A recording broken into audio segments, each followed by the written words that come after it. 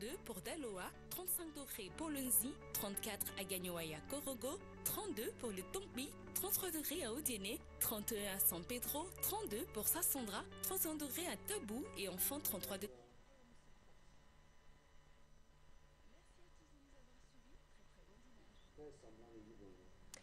Bonjour à vous, bienvenue à ce journal sur RTI 1.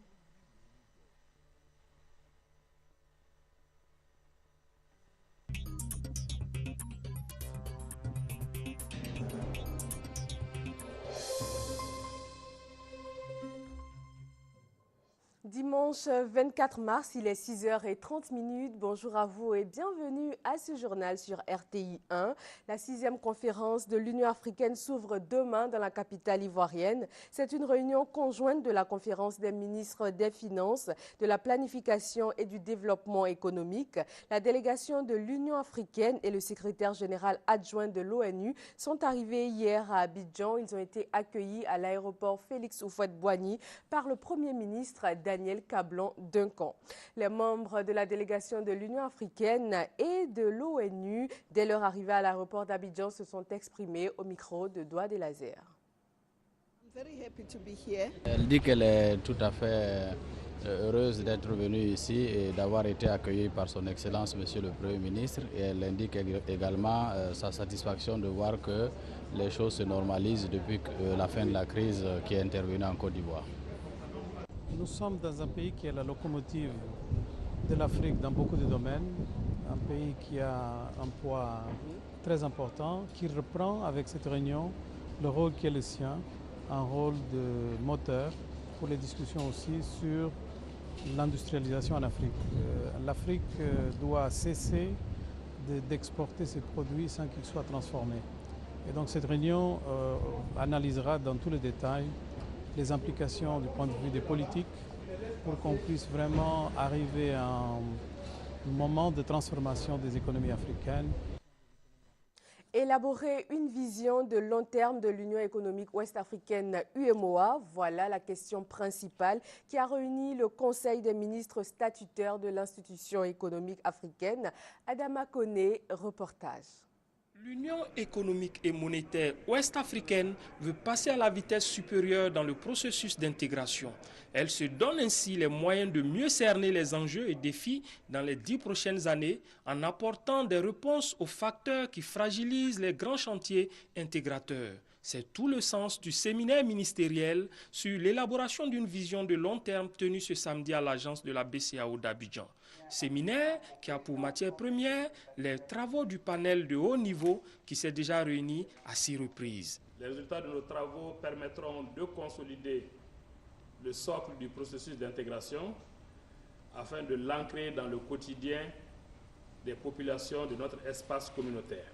Selon le président du Conseil des ministres statutaires, Tiena Koulibaly, le séminaire vise 3 objectifs. D'abord, l'actualisation et l'enrichissement des analyses et recommandations du panel.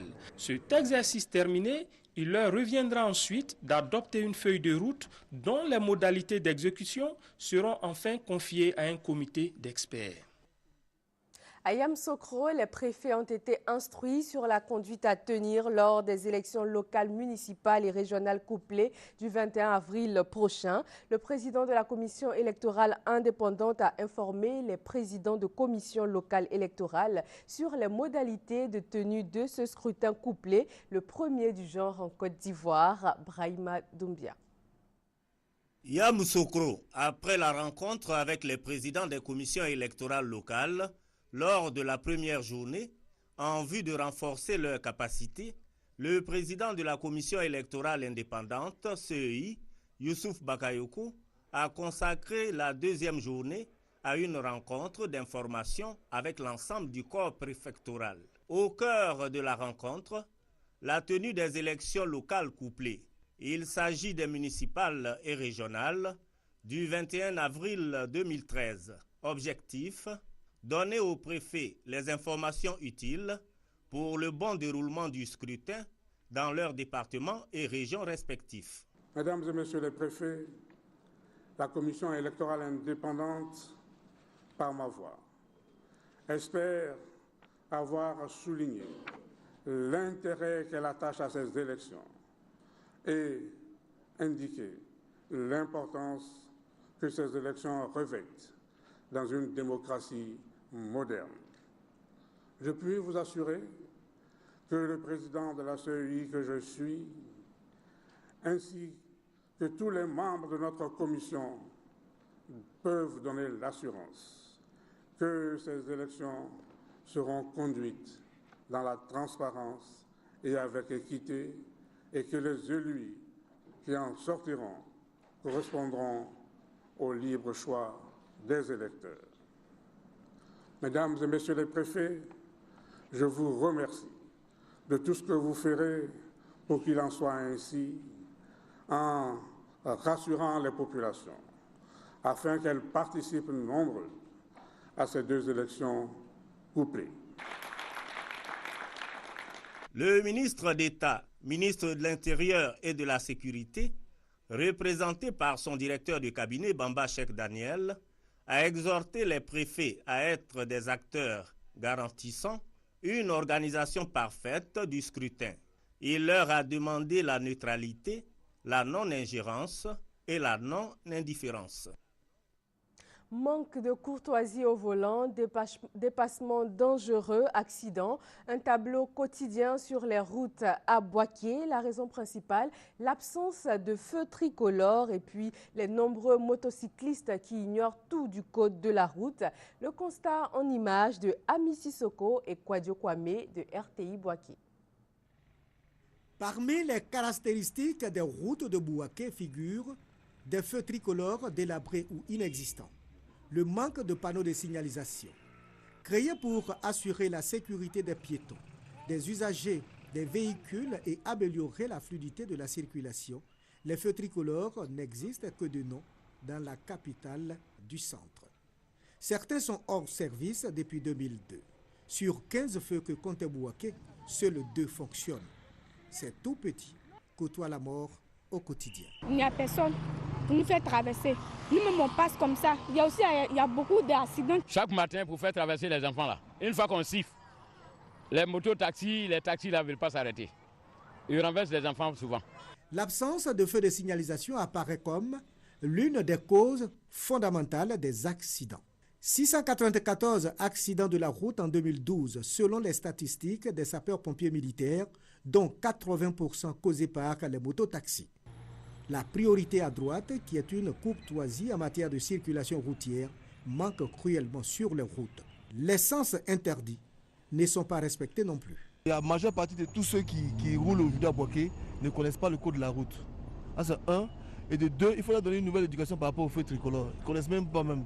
Il y en a même qui n'ont jamais vu les feux tricolores. Pour la sécurité de tout un chacun, on a besoin des feux tricolores. Il y a d'autres qui viennent comme ça, c'est toute une anarchie. Nous, les nouveaux chauffeurs comme ça, là, quand il n'y a pas de feu, tu veux traverser, au même moment, les piétons veulent traverser. Ils n'ont qu'à essayer de trouver une solution à ce problème-là. Le manque de feux tricolores ou de panneaux de signalisation à certains carrefours aux heures de pointe inquiète.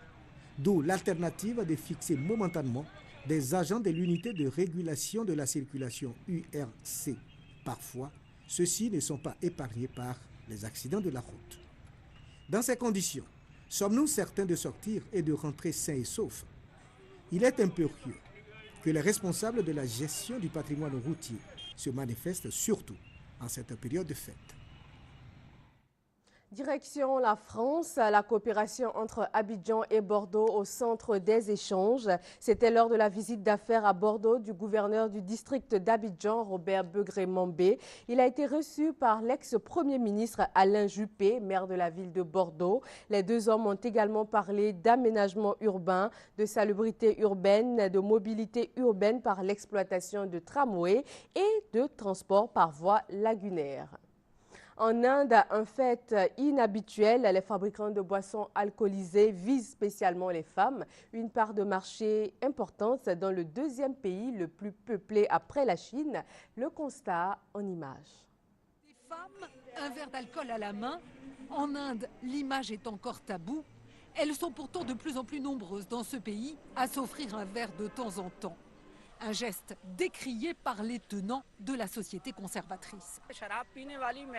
Qu'est-ce que ça apporte à la société, ces femmes qui boivent? Elles succombent à toutes sortes de modes absurdes. Ça les conduit au suicide. On ne peut pas dire que ça soit un progrès. Ça n'a pas de sens. Pas facile pour les femmes de prendre des libertés dans un pays où la tradition pèse lourd. Ici, pour une femme, pousser la porte d'un bar ou acheter de l'alcool n'est pas un geste simple. Dans ces bastions réservés aux hommes, elles sont souvent agressées et affrontent des regards réprobateurs.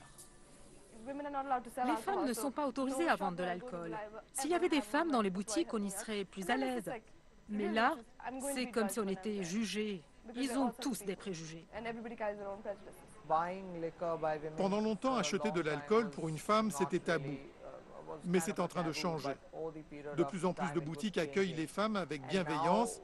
Elles peuvent y venir, elles y sont en sécurité. Une nouvelle clientèle, potentiellement juteuse, qui n'échappe pas aux fabricants d'alcool. Des femmes modernes, devenues des cibles. En Inde, les publicités comme celle-ci ne sont plus rares. Dans les villes, l'augmentation du pouvoir d'achat des femmes, le fait qu'elles deviennent de plus en plus indépendantes, tout ça a joué. Chez nous, avec une marque comme Cointreau, nous avons décidé de cibler les femmes. Le marché est d'autant plus prometteur que l'Inde est un des pays où l'on consomme le moins d'alcool. Un verre par an pour un tiers des hommes. Les femmes, elles, ne sont que 3% à se laisser tenter une fois de temps en temps par un verre d'alcool. Un mot de religion, le pape François et son prédécesseur Benoît XVI se sont entretenus hier dans la résidence pontificale d'été de Castel Gandolfo au sud de Rome. Une rencontre inédite dans l'histoire de l'Église catholique. Le pape François a été officiellement intronisé le 19 mars dernier. La messe et la cérémonie ont été suivies par des centaines de milliers de fidèles, de nombreux officiels, chefs d'État et de gouvernement venus du monde entier. La Côte d'Ivoire a été représentée à cette cérémonie par le ministre de la Culture, Maurice Bandama. Du sport pour terminer, football. Les éléphants ont remporté hier leur premier match éliminatoire pour le mondial 2014. C'était contre la Gambie. Score de la rencontre 3-0. Voilà qui met fin à ce quart d'heure d'information. Vous retrouverez à 10h Marie-Laure Ongoran. Très bon dimanche sur RTI 1.